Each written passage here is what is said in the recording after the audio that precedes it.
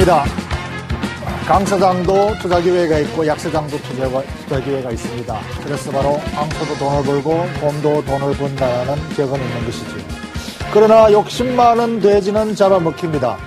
욕심 많은 돼지. 조급함이 바로 욕심 많은 돼지인 것입니다. 주식시장은 조급하게 초단기로 매매 타이밍을 맞추려고 하는 것이 바로 조급함의 극치이고 욕심 많은 돼지인 것입니다. 주식시장은 단기적으로는 절대로 타이밍을 맞출 수가 없습니다. 왜냐하면 단기적으로는 절대로 시장은 논리적으로 움직이는 시장이 아니기 때문입니다. 시장은 단기적으로는 비논리적이고 비합리적이고 비이성적으로 춤추는 시장입니다. 거기에 어떻게 방향을 맞추겠습니까? 그러나 시장은 장기적으로는 조금만 더 길게 보면은 논리적이고 합리적이고 이성적으로 움직이게 되어 있습니다. 그렇기 때문에 끈기가 있는 사람은 반드시 투자 수익을 낼 수 있는 것이지요. 조그만 끈기를 가지고 주식 투자에 임하시기 바랍니다.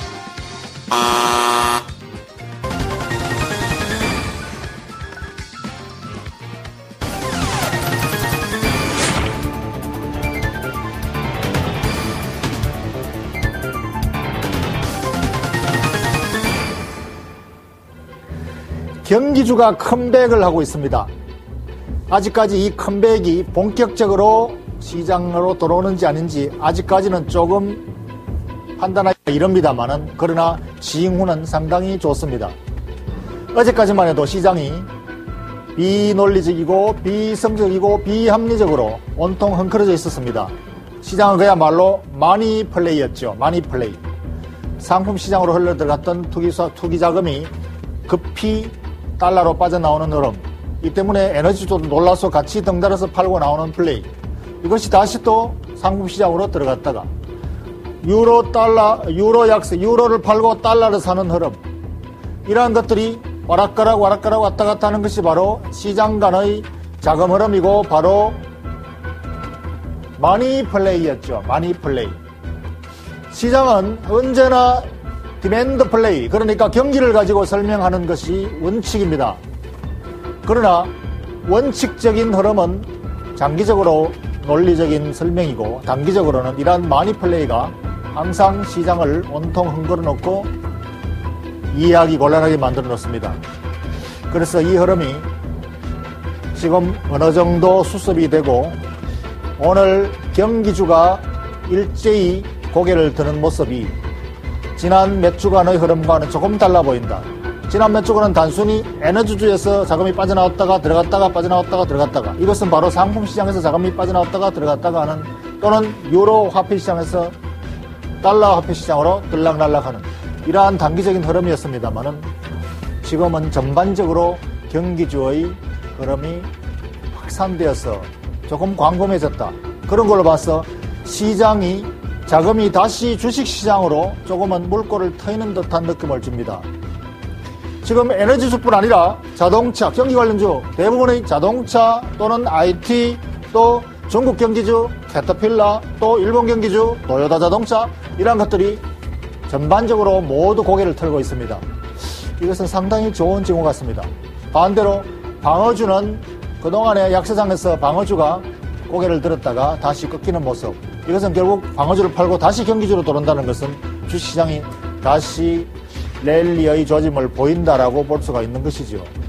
차트를 한번 보면은 최근에 토요타 자동차의 흐름입니다. 토요타 자동차는 지난번 리콜 사태 이후로 크게 추락했던 주식이 조금씩 회복을 했습니다. 그래서 작년 연초에는 급속히 본래 가치로 회복하여 가다가 1분기 어닝 시즌 종료 이후에 차익 매물이 많이 나와서 일단 꺾였습니다. 이것은 실적 시즌 종료 이후에 펀드 매니저들이 매도 차익 실현 매물입니다.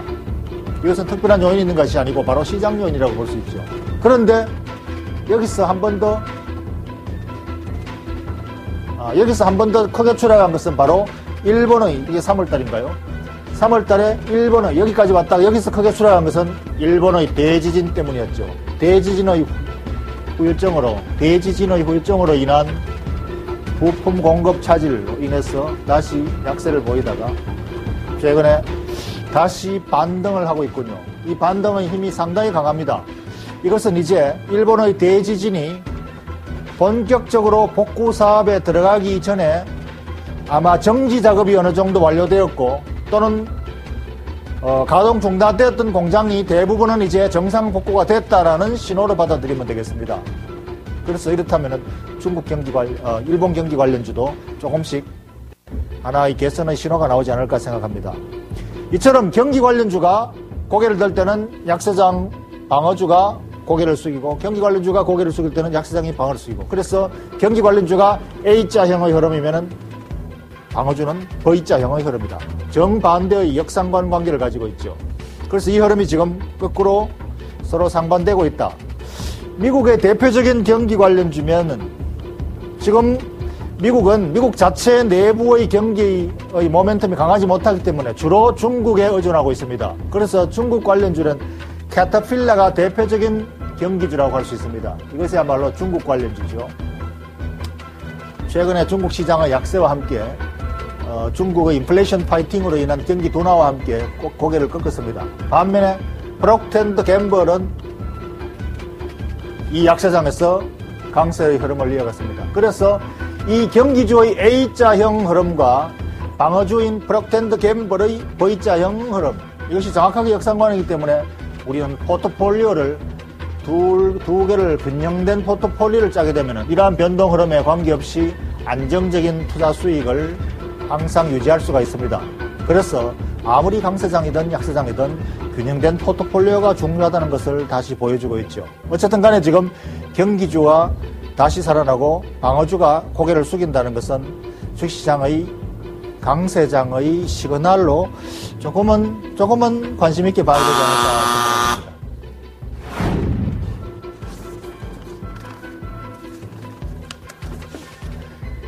지금의 흐름이 기술적인 반등이라 하더라도 일단 차트 모양은 기술적 반등으로 해석을 해야 되겠습니다. 특별하게 세계 경기가 바뀐 것이 없고 경기에 대한 진단이 바뀐 것이 없고 경기 지표가 바뀐 것이 아무것도 없습니다. 다만 차트상으로 매도 흐름이 강하다가 매수 흐름이 강해졌다는 것이고 경기 관련주가 좀 탄력을 받았다는 것이고 방어주가 약세라는 것이고 이러한 것들은 지금의 차트상으로 나타나는 흐름에 불과합니다. 그러나 차트상으로 보면은 결국은 기술적인 차트상의 기술적 반등은 펀더멘탈 흐름하고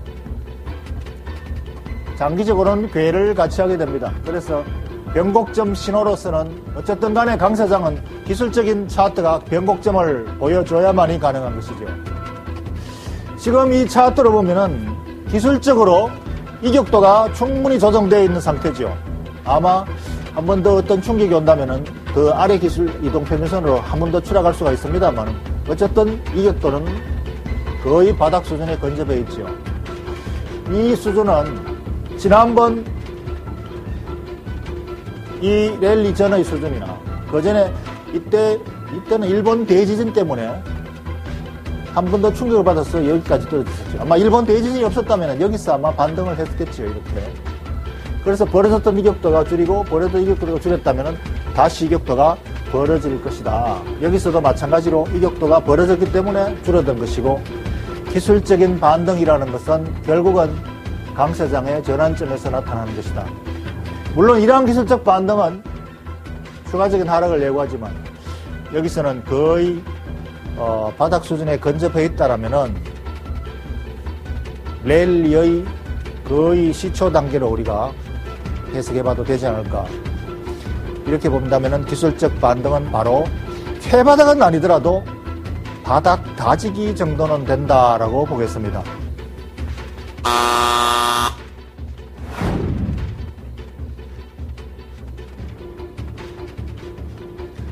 세계 정치는 지금 유로 리스크, 유로 위기, 그리스 위기 뭐 이런 쪽으로 온통 관심이 가 있었지만은 이제 슬슬 이 관심이 세계 경기 쪽으로 옮겨올 때가 돼 가는 것 같습니다. 왜 그러냐고요? 유로 리스크가 해결됐기 때문인가요? 전혀 아닙니다. 시간이 그렇게 되었기 때문이죠. 시기가 이제 2분기 어닝 시즌을 준비해야 될 시기가 다가오기 때문에 슬슬 관심이 경기 쪽으로 가게 돼 있다. 결국은 기업 실적으로 관심을 가져가는 시간이 됐다. 유럽은 지금 해결 방법은 이미 컨센서스를 이루고 있습니다. 그리스가 추가적인 IMF 지원보다는 디폴트를 시키든가 아니면 유로에서 탈퇴시켜서 그 다음 단계로 IMF가 지원을 하든 자국의 통화 가치를 평가절하시켜서 해외 자금을 유치하든 어떤 해결책을 찾는 것이 가장 해법이다라고 컨센서스가 이루어졌습니다. 그렇다면 컨센서스가 이루어졌다는 것은 이미 그것을 기정사실화한다는 것이죠. 아직 상황이 종료가 되지 않더라도 이미 그것을 기정사실화한다면 시장은 이미 거의 다 반영한 것입니다. 더 이상 시장의 악재로 작용할 거리가 별로 없는 것이죠. 그래서 이제 관심이 없다. 어떻게 될까 불확실성이 있을 때는 궁금해서 관심이 집중되지만 해결책이 뻔한, 결과론이 뻔한 것은 이제 결국은 그렇게 가겠지, 시간 문제지 하고는 시장에서는 더 이상 악재로 작용하지 않고 이미 시장은 다 흡수했다고 봅니다. 그렇기 때문에 지금은 이제 다시 중국 경기, 일본 경기로 간다. 왜? 지금 세계 경기의 동력은 두 나라에 몰려있기 때문에. 세계 경기가 중국의 인플레이션 파이팅으로 금리를 자꾸 올리고 따라서 동력이 약화된다고 하지만 그래도 여전히 세계 경기의 핵심 동력이 바로 중국입니다. 그래서 중국의 경기 성장률은 여전히 8%가 넘고 9%에서는 조금 떨어지지만 여전히 세계 경제를 끌고 가고 있고 이것이 살아있는 한 세계 경제는 계속 상향으로 간다는 것이 당연한 것이고 최근에 일본의 지진 때문에 경기가 크게 또 한 번 충격을 받았지만 이제 이것도 어느 정도 정지 작업이 끝나고 이제 본격적으로 복구 작업이 들어선다면 일본의 대지진 복구 사업이 들어선다면 그야말로 이것은 세계적인 경기 부양책이 되는 겁니다. 그래서 여기서 발생하는 원자재 수요 그리고 동부 해안에 발생되는 어마어마한 솔라벨트 이런 것들이 세계 경기를 촉진시키는 또 하나의 모멘텀이 될 수가 있겠죠. 이런 것들이 다시 관심을 끌면서 기업의 실적에 눈을 돌리게 되면은 다시 불마켓으로 이전할 수가 있는 겁니다. 그래서 지금은 중국의 인플레이션 파이팅에 대한 우려감은 역시 시장에서 이미 반영되고 있고 다 노출되었고 일본의 대지진에 대한 공급 차질 요인도 이미 주가에 다 반영되었고 다 노출되었고 그렇다면 앞으로는 이것이 복구 사업과 중국의 경기의 재가동 이런 것들이 다시 불마켓을 이끌 시점이 되었다라고 보는 겁니다. 시기가 다가온다라는 것이죠.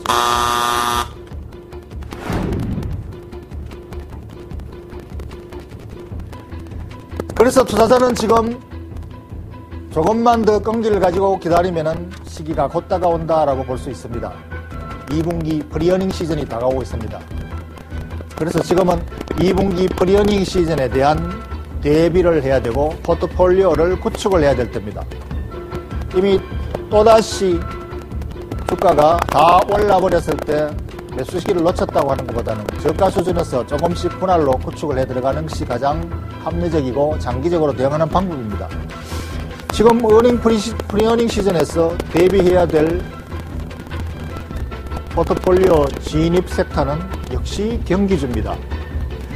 경기주, 중국 경기주 대표적인 것이 바로 캐터필러였지만 한국의 두산인프라코아는 캐터필러와 똑같은 성향이고 똑같은 성격이고 똑같은 경쟁을 하고 있는 경쟁 회사입니다. 그래서 두산인프라코아도 주가가 똑같은 흐름을 보였지요.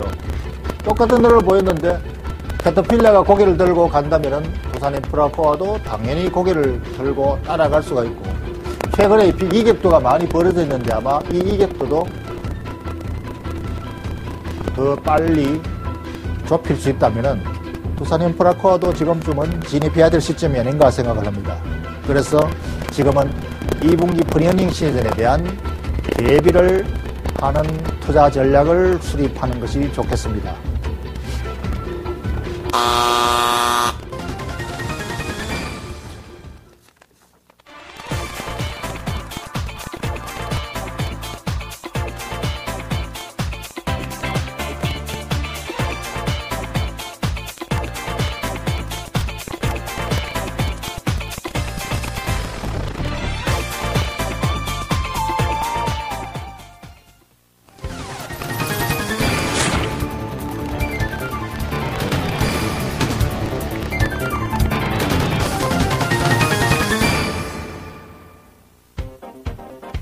1년 전에 매입한 나이스정보통신은 PER 4.7 정도, 배당 수익률 5% 전후로 실적도 6, 7년간 장기 성장세를 이어가고 있고 성장률이 해마다 15%에서 20%에 달합니다. 게다가 장치 산업의 특성상 시장 진입 장벽이 높고 2위 업체지만 1위 업체와 큰 격차가 없다고 알고 있습니다. 이렇게 안정적이고 성장성을 갖춘 기업의 주가가 왜 수년째 움직이지도 않고 있는 걸까요? 장기 투자를 선호하고 있지만 2년 넘게 등락이 거의 없는 주가가 답답하기만 하네요.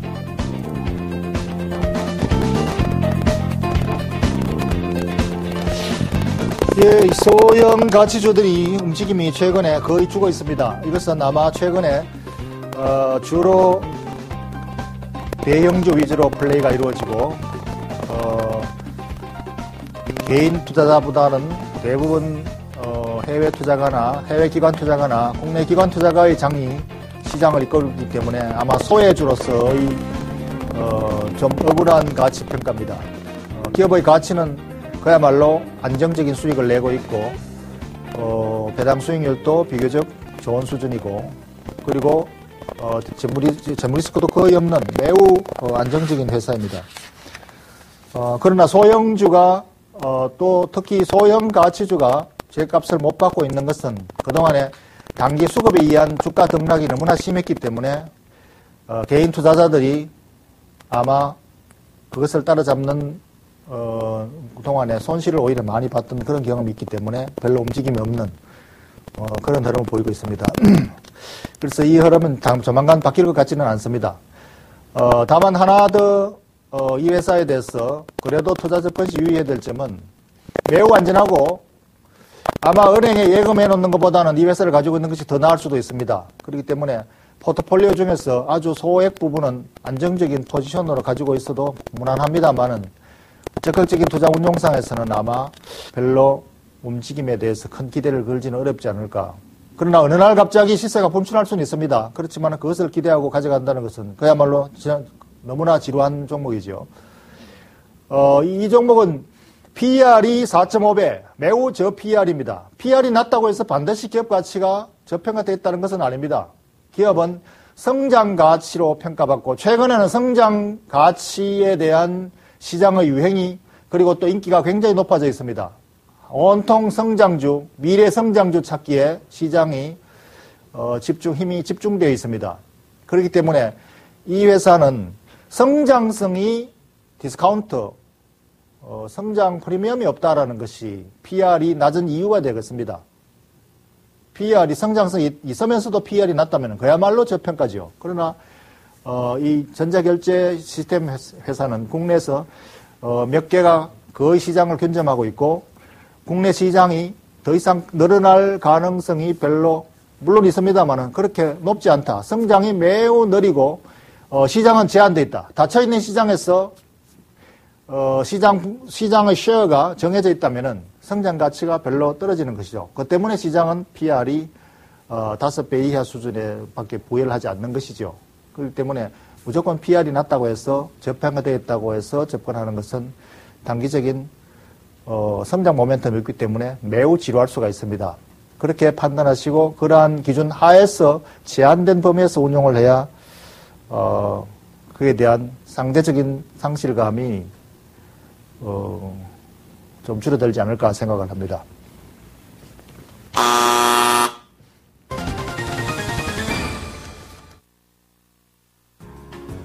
박준호의 머니쇼에서는 여러분의 참여를 기다립니다. 이해 불가의 시장 상황, 너무 어려운 이슈와 경제 용어, 매매 타이밍이 궁금한 종목과 업황 전망까지 여러분의 궁금증을 보내주세요.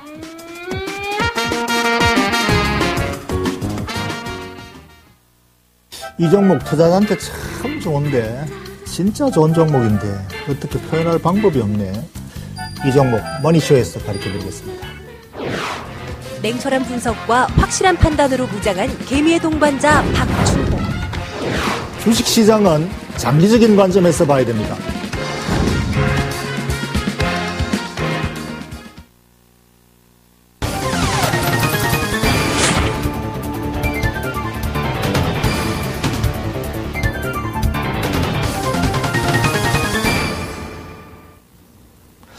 예, 오늘 라이징 스타금 키움증권의 김덕음 팀장과 함께하겠습니다. 안녕하십니까? 네, 어서 오십시오. 안녕하십니까? 예. 오늘 추천 종목은 두산인프라코어를 가지고 오셨는데 네네. 우선 지난주 종목을 간단히 한번 점검해보고 넘어가기로 하죠. 지난주에 매우 좋은 종목을 추천해 주셨는데 현대중공업 주가 흐름은 아직까지 큰 힘을 못 쓰고 있습니다. 네네. 어떻게 평가하시는지요?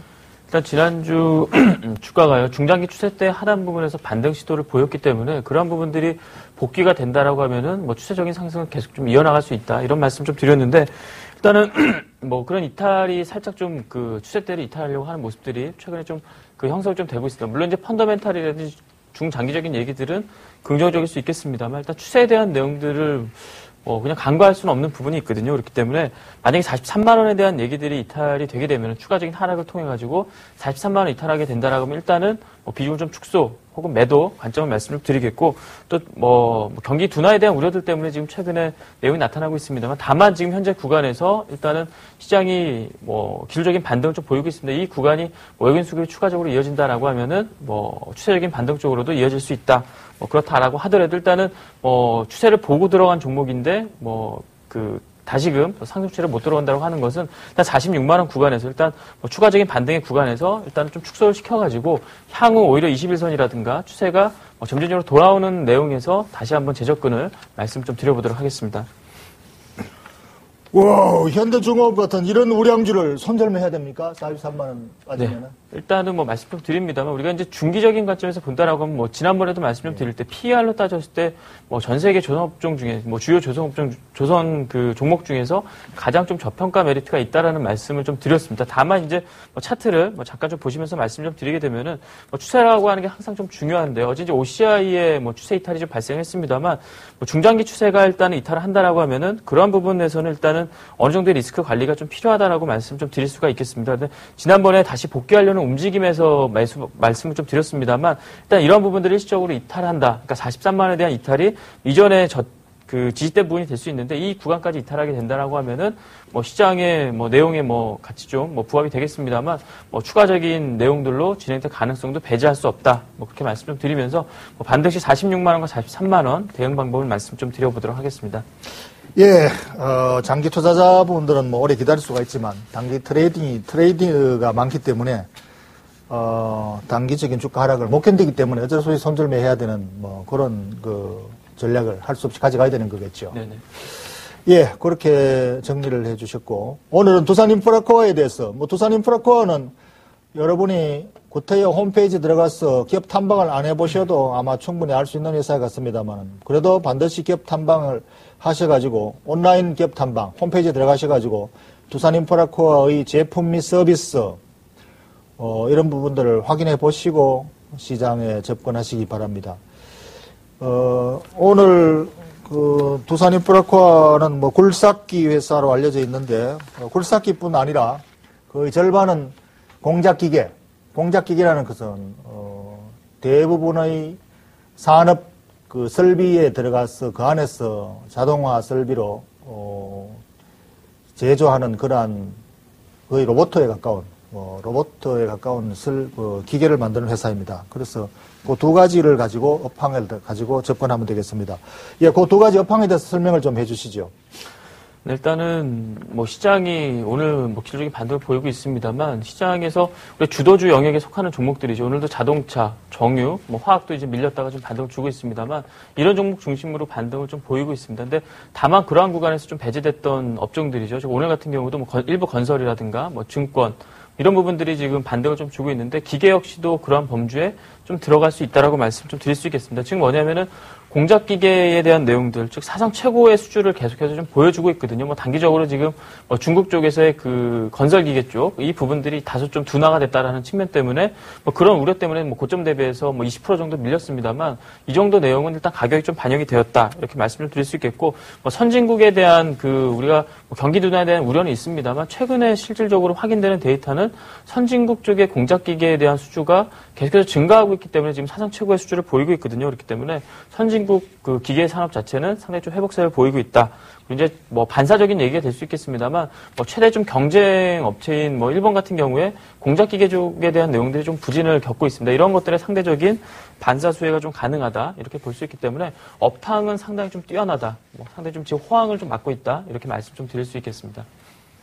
예, 지금 업황으로 본다면은 두산 인프라科하고 있는 굴삭기 또 건설 중장비 그리고 공작 기계 이 양 부분이 모두가 다 호황이라고 지금 알려져 있고 컨센서스도 이루어져 있고 지금 중국이 가장 핵심 동력이고 중국은 대규모 그 내륙 개발 때문에 어마어마한 굴삭기가 계속 투입되고 있고 그것이 그 일본, 한국, 미국의 캐터필러 이렇게 3대 회사가 각축전을 벌이면서 들어가 있다. 이것은 뭐 자동차 업황이나 거의 비슷한 상황이고 거기다가 중국은 또 수많은 공장을 증설하기 때문에 그 공장 증설한 데 들어가는 그 안에서 내부 기계 만드는 기계 그것이 또 두산 인프라가 공급을 하고 일본하고 또 경합을 하다가 일본 대지진 때문에 또 밀리니까 우리가 더 또 수혜를 입고 이런 것들 그야말로 호황인데 주가는 거꾸로 가고 있습니다. 네네. 그래서 이것은 순전히 중국의 그 글로벌 지표 인플레이션 파이팅이라든가 또는 중국의 정시가 위축돼 있고 이런 그 외부 요인 때문에 주가가 떨어지는 게 아닌가 싶습니다. 그러니까 그거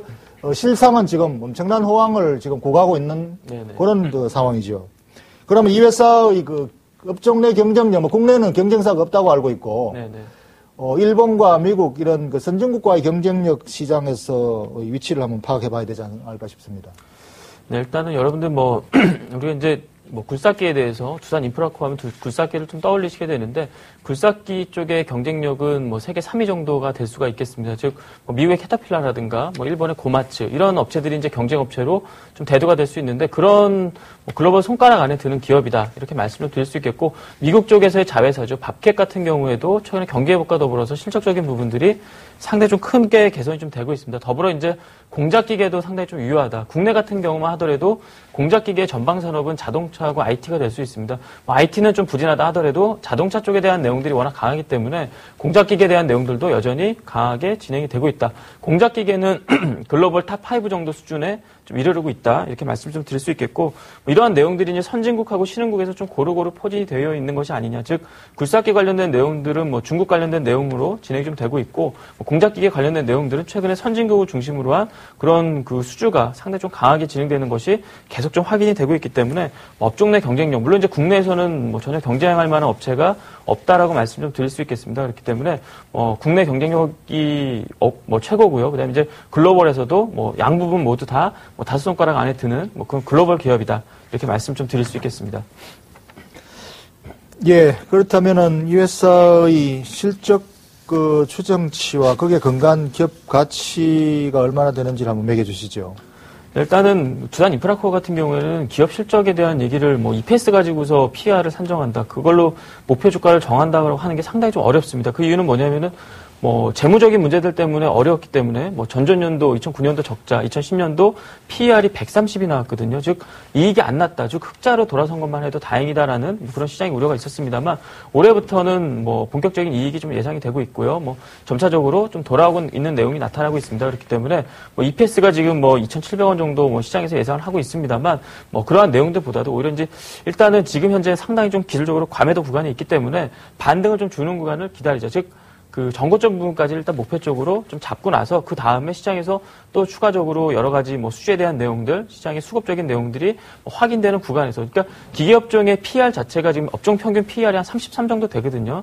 33이라는 얘기는 뭐 영업이익률이 3%인데 사실 그렇게 크게 의미가 없습니다. 그렇기 때문에 그런 부분도 업종 PER로 따지게 돼서 업종 PER을 적용하게 되면은 뭐 목표 주가는 뭐 6만 원, 7만 원, 8만 원 가야겠죠. 근데 그런 것들이 아니기 때문에 일단은 정고점 부분인 뭐 3만 원 부분까지 한번 좀 그 보유를 해보자 이렇게 말씀 좀 드릴 수 있겠습니다. 예, 목표가는 이게 단기 목표 주가군요. 네.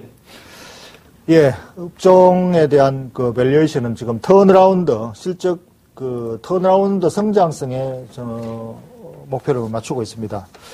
예, 그러면은 리스크 요인을 한번 체크를 해보겠습니다. 이 회사 리스크 요인은 뭐 유일하게 지금 이 회사의 성장의 모멘텀을 중국으로 의존하고 있는데 중국의 이제 인플레이션 파이팅으로 인한 경기 성장이 크게 둔화된다면은 중국의 실적이 우리가 예상한 만큼 못 나올 경우에 실적치 예상치에 대한 신뢰성이 조금 훼손될 수 있지 않을까. 지금 이 회사의 그 애널리스트 리포트로 본다면은 굉장히 실적 턴어라운드에 대해 기대감을 많이 주고 있습니다만 막상 펀드 매니저들은 조금 오르면 내다 팔고 조금 오르면 내다 팔고 단기 플레이를 많이 하고 있습니다. 네. 그만큼 매우 조심스럽게 접근을 하는데 그런 측면에서 이 실적 턴어라운드에 대한 신뢰성을 어느 정도 부여하고 있으신지요? 일단은 우리가 뭐 기업종이라고 하는 것이 경기에 뭐 가장 민감하다고 할 정도로 좀 민감한 부분들을 갖고 있습니다. 말씀하신 것처럼 중국 쪽에서의 긴축에 대한 내용들, 뭐 물론 이제 지금 긴축에 대한 내용들은 거의 다 막바지에 좀 이르고 있습니다만 이러한 부분들이 뭐 중국 쪽에서의 수요가 얼마나 진행이 되느냐, 뭐 그런 데이터들은 계속해서 확인을 좀 할 필요가 있겠고요. 지금 뭐 당연히 경기 민감제이기 때문에 아주 민감하기 때문에 글로벌 경기에 대한 둔화 우려 이런 것들 때문에 어떻게 보면 주가가 최근에 고점 대비해서 한 20% 밀린 것일 수도 있습니다. 그렇기 때문에 뭐 그런 경기 둔화 우려가 더 심화가 된다라고 하면은 뭐 두산 인프라코어라는 종목부터 일단은 매도할 수 있거든요. 그렇기 때문에 그런 부분들을 좀 확인하실 필요가 있겠다라고 말씀을 드리면서 다만 이제 지금 현재 구간에서 중요한 것은 뭐냐면은 오히려 그런 경기 회복에 대한 뭐 우려들 때문에 인플레이션에 대한 내용들이 조금 오히려 좀 디플레이를 걱정해야 되는 뭐 이런 내용 쪽으로 진행이 되고 있거든요. 그렇기 때문에 뭐 추가적인 뭐 글로벌 뭐 선진국도 그렇고 뭐 중국도 그렇고 긴축 쪽으로 가지 않는다라고 하면 즉 긴축에 대한 것들이 가장 큰 우려다 이렇게 말씀을 좀 드릴 수 있겠는데 오히려 지금 그러한 우려들 때문에 긴축으로 가기가 쉽지 않다 이런 부분들이 지금 현재 투자 포인트가 될 수가 있겠습니다. 예, 최종 결론을 한번 내주시죠. 네, 오늘 뭐 최종 결론은요. 업황은 호황인데 주가는 바닥이다 이런 말씀 좀 드릴 수 있겠는데 업황 호황에도 견조하고 일단 여러 가지 우려들 때문에 주가가 밀렸다라고 하면은 이제부터는 좀 가격적인 부분이 미리 선반영이 됐기 때문에 좀 반등을 짧게라도 줄 수 있다. 뭐 이렇게 말씀 좀 드리면서 이전 고점, 전고점까지 말씀 좀 드려보도록 하겠습니다. 예, 두산 인프라코어에 대해서 키움증권의 김덕음 팀장이었습니다. 예, 오늘 말씀 감사합니다. 네. 수고하셨습니다.